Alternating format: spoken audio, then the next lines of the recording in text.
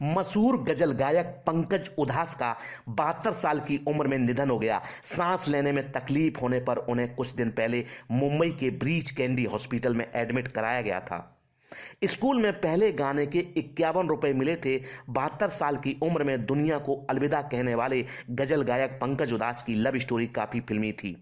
उनकी love story की शुरुआत 70 के दशक में हुई थी। बात ऐसी थी कि पंकज के पड़ोस में एक लड़की रहती थी जिसका नाम था फरीदा।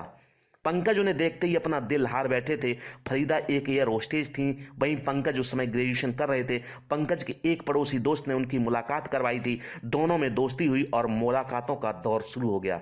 कुछ महीनों तक दोस्ती में रहने के बाद उन्हें एक दूसरे से प्यार हो गया, लेकिन सबसे बड़ी समस्या यह थी कि दोनों का धर्म अलग अलग था। पंकज ने कभी नहीं सोचा था कि वे सिंगिंग में करियर बनाएंगे। उन दिनों भारत चीन युद्ध चल रहा था। इसी दौरान लता मंगेशकर का ए मेरे वतन के लोगों का गाना रिलीज हुआ। पंकज ने ए मेरे वतन के लोगों गाना गाया। उनके गीत से लोगों की आंखें नम हो गईं। दर्शकों में से एक आदमी ने इनाम में उन्हें 51 रुपए दिए। यह गाने के बदले उनकी पहली कमाई थी। नमस्कार दोस्तों, आपका स्वागत है हमारे चैनल ग्लोबल थॉट में। एक बार फिर ग्लोबल थॉट में आज की स्टोरी पंकज उधास की। तो देर किस बात की, कीजिए हमारे चैनल को लाइक और सब्सक्राइब और जानिए गजल गायक पंकज उधास के जीवन की कहानी को। दोस्तों, पंकज उधास का जन्म 17 मई 1951 को गुजरात के जैतपुर में हुआ था। उनका परिवार राजकोट के पास चरखाड़ी कस्बे का रहने वाला था। उनके दादा जमींदार और भावनगर के दीवान थे। उनके पिता केशुभाई सरकारी कर्मचारी थे। पिता को इस राज यानी एक वाद्य यंत्र बजाने और मां जीतूबेन को गाने का शौक था। इसके चलते पंकज उधास समेत उनके दोनों भाइयों का रुझान संगीत की तरफ हुआ। पंकज उधास ने 11 फरवरी 1982 को फरीदा से शादी की थी। पंकज का परिवार इस रिश्ते के लिए तैयार नहीं था, लेकिन फरीदा के परिवार को यह रिश्ता मंजूर नहीं था। वे दूसरे धर्म में लड़की की शादी नहीं कराना चाहते थे। धर्म अलग अलग होने के कारण उनकी मुश्किलें बढ़ी। धर्म अलग अलग होने के कारण उनका रिश्ता आगे बढ़ने में कठिनाइयां आई। पंकज के घर वालों की तरफ से उतनी समस्या नहीं थी, लेकिन फरीदा के घर वालों को काफी ऐतराज था। वो इस शादी के लिए राजी नहीं थे। इसकी वजह यह थी कि उनकी पारसी कम्युनिटी में जात से बाहर शादी करने पर पाबंदी थी। इस वजह से पंकज और फरीदा ने तय किया कि शादी तभी करेंगे जब दोनों के पेरेंट्स का आशीर्वाद मिलेगा।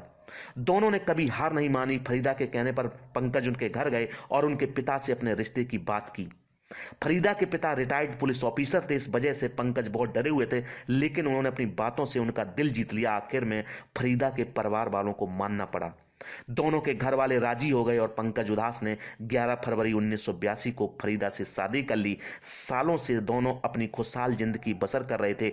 पंकज उधास और फरीदा की 2 बेटियां हैं, जिनका नाम रेवा उधास और नायाब उधास है। 26 फरवरी को पंकज उधास का 72 साल की उम्र में निधन हो गया। उनके निधन की जानकारी उनकी बेटी नायाब ने सोशल मीडिया पर दी। सांस लेने में तकलीफ होने पर परिवार वालों ने उन्हें 10 दिन पहले मुंबई के ब्रीच कैंडी हॉस्पिटल में एडमिट कराया था, जहां सोमवार सुबह 11 बजे उन्होंने अंतिम सांस ली। आपको बता दें कि पंकज उधास के 3 भाई हैं। पंकज इन तीनों में सबसे छोटे थे। उनके दोनों भाई मनहर उधास और निर्मल उधास म्यूजिक फील्ड से ही हैं। पंकज का रुझान भी इसी तरफ गया। पंकज ने अपने करियर में कई हिट गाने गाए हैं। चिट्ठी आई है गाना उनका अब तक के सबसे मशहूर गानों में से एक है। दोस्तों, पंकज उधास ने 1980 में अपना पहला एल्बम आहट नाम से निकाला। पहला एल्बम लॉन्च होते ही उन्हें बॉलीवुड से सिंगिंग के ऑफर मिलने लगे। उन्होंने 1981 में एल्बम तरन्नुम और 1982 में महफिल लॉन्च किया। पंकज ने कभी नहीं सोचा था कि वे सिंगिंग में करियर बनाएंगे। उन दिनों भारत और चीन युद्ध चल रहा था। इसी दौरान लता मंगेशकर का ए मेरे वतन के लोगों गाना रिलीज हुआ। पंकज ने ए मेरे वतन के लोगों गाना गाया। उनके गीत से लोगों की आंखें नम हो गईं। दर्शकों में से एक आदमी ने इनाम में उन्हें 51 रुपए दिए। ये गाने के बदले उनकी पहली कमाई थी। पंकज के दोनों भाई मनहर और निर्जल म्यूजिक इंडस्ट्री में जाना पहचाना नाम थे। स्कूल में पंकज के बेहतरीन परफॉर्मेंस के बाद उनके पेरेंट्स को लगा कि पंकज भी अपने भाइयों की तरह म्यूजिक फील्ड में कुछ बेहतर कर सकते हैं। इसके बाद उनका एडमिशन राजकोट की संगीत एकेडमी में कराया गया।